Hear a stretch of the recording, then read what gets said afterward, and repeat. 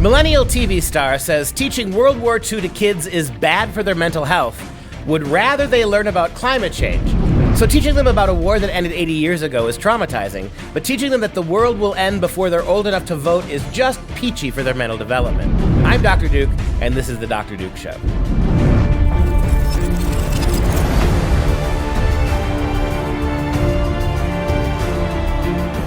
Hello, everyone, and welcome to The Dr. Duke Show, the only program that keeps you educated on the craziness impacting K-12 classrooms and college campuses around the world. Today, we're talking about a new survey that finds less than a third of college students actually believe the Second Amendment is important. Plus, an 84-year-old veteran has his guns taken away after criticizing a school resource officer. But we start with this Veterans Day with a story about a millennial TV star who says teaching kids World War II history will hurt their mental health. And before we begin, first of all, I want to give a big shout out to our vets. What you do is invaluable. We should find every possible way to look after every aspect of your healthcare and make your lives a little easier for the sacrifice you've made. Also, want to point out that Katie is not with me today. There's a revival of The Wizard of Oz taking place just down the road, and they need munchkins, so we'll have her back next week. And this brings us to our first story today. We have Freddie Bentley, a 22-year-old reality TV star in Great Britain. In fact, he's a star on The Apprentice, called The Circle, which is the British version of The Apprentice. And he stated, quote, "It was a hard situation when I was in school, World War II. I don't want anybody to think I'm being disrespectful in any way whatsoever. However, I will stand by the point that I don't think it's educational in the way that there's so many problems going on in the world, like Brexit, that's not being talked about, and climate change, which is a situation that I thought we should be aware of. When I left school, I felt like it hit me like a ton of bricks because I didn't know anything about general life." And so what Freddie is basically arguing is, why teach kids an 80-year-old war when things like Brexit and things like climate change aren't being taught in the schools? With all due respect, you're telling me that they're not learning about climate change in schools. Are you actually telling me, Freddie, that climate change isn't occupying every aspect of your kid's curriculum? I don't know where you went to school in England, but if you came over here to go to America, you would know plenty about climate change. A lot of it that wouldn't be true, but you'd know a lot in American schools. But the question is this: why can't you do both, Fred? I mean, why is it that teaching World War II to kids in history class, where you would expect to do it, and teaching things about Brexit in social studies class, or talking about climate change when you have earth science classes, right? Why is it now that we have to turn classrooms into propagandistic places where they're learning political worldviews?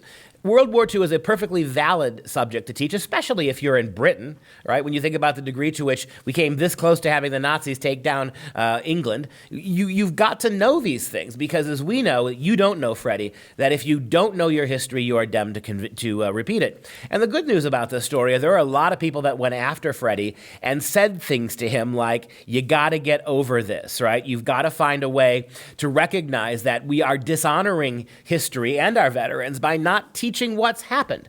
There's a reason we got here, and I would argue this particular story reminds me of something that I think we all should remember. The degree to which socialism has infiltrated our schools, and socialist mindsets, collectivism, globalism, open borders, all of this. If you trace it back far enough, you bump into a Russian socialist, right, or a German Marxist, right, Karl Marx. Sooner or later, it all goes back to socialism. And the premise of this is that we erase history, right? We need to erase the history of the world up until the advent of socialism, because the realities don't jibe with what socialism teaches. It's why all socialist countries have really obliterated their history, because to teach the history of mankind is to teach the history of war and confusion and unfairness and tyranny and progress too. The socialist wants to begin teaching kids history day one with the socialism, right, and move forward. Freddie Bentley is a victim of socialist indoctrination in schools, and he doesn't even know it. And the fact that he thinks it's more important to teach kids about climate change, right, he doesn't he's basically arguing that teaching kids World War II is a kind of propaganda for war, not recognizing that teaching kids, particularly kids too young to think abstractly about the dangers of climate change, is exactly the same thing, Freddie. Hang in there. Maybe you will be. I don't know who is in charge of the Circle, The Apprentice in Britain, but I hope he says to you, Freddie, very soon, you're fired. According to a new survey of 2,301 American students, this survey found that over 2/3 of American school kids do not believe that the Second Amendment is essential. 50% of Americans believe it's absolutely essential overall, but less than 30% believe it now in the colleges and the high schools. And this is not surprising. It's not shocking. This ties right back into the first story. We have taught kids to believe that gun ownership is a holdover of 18th century thinking, that the idea that back in the colonial days we needed guns to fight the British. We have not adequately pointed out to kids our history. In the same way that Freddie over in England doesn't understand why teaching the dangers and perils of the most devastating war in human history, in terms of genocide, right? In terms of intolerance, in terms of the enslavement of huge swaths of the world population. That's not necessary for Freddie. Same thing, these American kids don't get it. The reason you have the right to own guns is to protect you from governments, like those governments in 1939, the German, the Japanese, the Italian, who decided to confiscate weapons from their own people and then take over in fascist ways. And so this is an alarming but not surprising survey. The breakdown of the survey: 45% of men, 18% of women think that, young women, think that owning guns, right to own guns, is essential. American Indians, 46%. White people, 34%. Hispanics, 23%. Black, 21%. Asian, 20%. So racially, it drops in terms of the more ethnic you are to some degree, the less you support gun rights, which is not surprising because many of these kids have come, or their families have come, from countries that have themselves histories of socialism and very limited rights for individuals. When asked if teachers and school officials should be allowed to carry guns in K-12 schools, 30% strongly favored this, while 67% opposed and strongly opposed it. Gender and racial breakdowns are similar to the results for the Second Amendment. More women didn't want it, young women didn't want it than young men did. If your school allowed, another question, if your school allowed students to start carrying guns on campus, how likely would you be to transfer to another school? And large numbers of kids thought that they would contemplate it. And so the whole thing about guns is that we have turned them in. The idea of guns in American liberal public schools is much more dangerous than actual guns, right? Actual gun violence is way down. Actual gun violence is a pretty rare occurrence. Mass shootings in this country are still relatively rare, and they are decreasing. These are the statistics. Ask the Centers for Disease Control about this. It's not some right-wing think tank. Ask the CDC, and they have the numbers on this. Gun ownership is safer than ever before. More people than ever in America own guns. 99.99% of American gun owners are safe and responsible, and actually, when called upon, use their guns very often to prevent break-ins, invasions, home invasions, and crimes. So what we've done in the public schools is we've taken guns, which are they're neutral. It's 1.5 pounds of metal is all a gun is, right? We've taken guns and we've ignored the actual statistics about guns. We've ignored the degree to which gun ownership has liberated people and protected people. We ignore the number of young women and gay and transgender people who are arming themselves in the wake of some shootings at gay nightclubs. We've ignored all of that empowerment, and we've given them, so we've ignored the actual gun, we've ignored what they do, and we've told a narrative about guns in our public schools, a narrative that is false, to scare kids to death. Does that sound familiar? It's kind of what they do with climate change, right? Pretty much kind of what they do when they bring up Donald Trump's name. Scare children at younger and younger ages, and watch how fast they're going to be willing to vote away their constitutional rights and responsibilities. It's a shame. For those of you who think the news media is the biggest threat to American constitutional values moving forward, or politicians are the greatest threat, think again. It's these radically liberal public schools that are starting your children off in elementary, middle, and high school, to say nothing of college, with bad information, bad ideas, and bad attitudes when it comes to those things that have kept us safe for hundreds of years. And speaking of guns and veterans on this Veterans Day, a shameful story. We have the story from Tisbury, Massachusetts, of 84-year-old Korean War veteran, a police officer for decades, now a crossing guard. This is Stephen Nichols, right? He has been a great service to his country. He has served his community. He's 84 years old, and he's still helping little kids cross the street. Well, apparently, his guns have been seized by the city of Tisbury, Massachusetts, because he dared to criticize a school resource officer for allegedly leaving his post during school hours.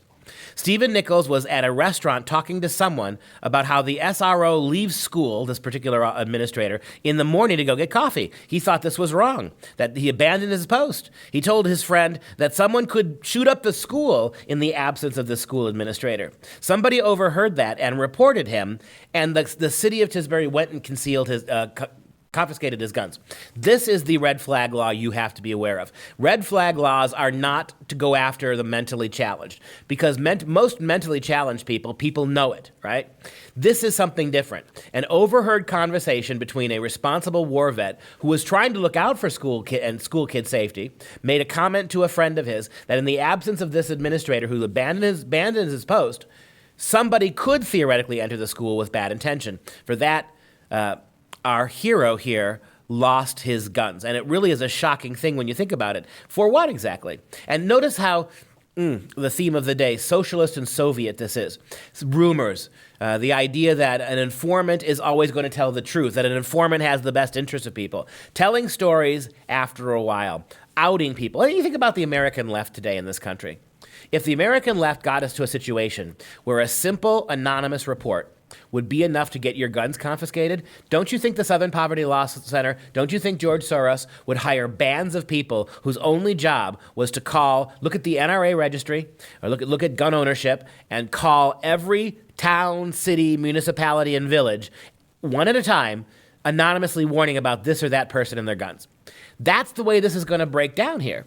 And so he initially, Stephen Nichols, lost his job as a crossing guard, too, on top of everything else. All right, so a waitress overheard him and reported him to the police a couple days after the fact. He then lost his job as a crossing guard. So they took his guns and his job. Then the police went to his house, and he has been a licensed gun owner for 60 years, this man. He fought in Korea, and now his guns are gone. He talked to this friend of his, Andy Marcus, and he said there was never a single threat made by Mr. Nichols. He was just pointing out that when an administrator abandoned his post, it could open the door for something bad to happen. Nichols is a widower of the last 2 years and has 11 grandchildren, 11 great-grandchildren. He concluded, quote, "I would never, ever, ever harm a child. I just need something to do to get out of the house, and I love the kids." Little did he know that working to some degree with the American public school system was going to cost him his job and ultimately cost him his guns. He was offered back his job as a crossing guard, we'll say that, but his attorney intends to appeal to get his guns back as well. And I think that's smart, right? In this case, and I think Mr. Nichols recognizes this, that maybe getting his guns back is a bigger challenge and a more necessary fight than even getting his job back as a crossing guard. Mr. Nichols, thank you for your service on this Veterans Day, and thank you for your responsible concern for your community and for the children, and you know something that your school doesn't. An armed citizenship is the best protection against violence the world has ever conceived. Thanks again for your service. And that'll do. If you like the show, please consider supporting it by signing up for the Patriot Club. Just $25 a month, tax deductible, keeps us going. Plus, right now, we'll ship you a limited edition Dr. Duke mug. Check this bad boy out. Black, it's sleek, it's got the little couche capacity to keep your drinks cool or hot. Very stylish. That black with the red and black Dr. Duke show. And some of you have noticed and written into me that I have something in my hand, right? It's a little ball, a squeeze ball. And the reason I carry this with me all the time is because I'm constantly banging the table and it drives my producer nuts. And so he gave me this little couche ball. And the thing about it is, it says the Dr. Duke Show on it as well, right? So when you have stress, you could just squeeze the life out of me. Visit drdukeshow.com to get started. Special shout out to all of our veterans once again. Thank you for your service. For Freedom Project, I'm Dr. Duke. She would be Katie if she were here. Hail the Munchkin Guild. Stay educated, my friends, always.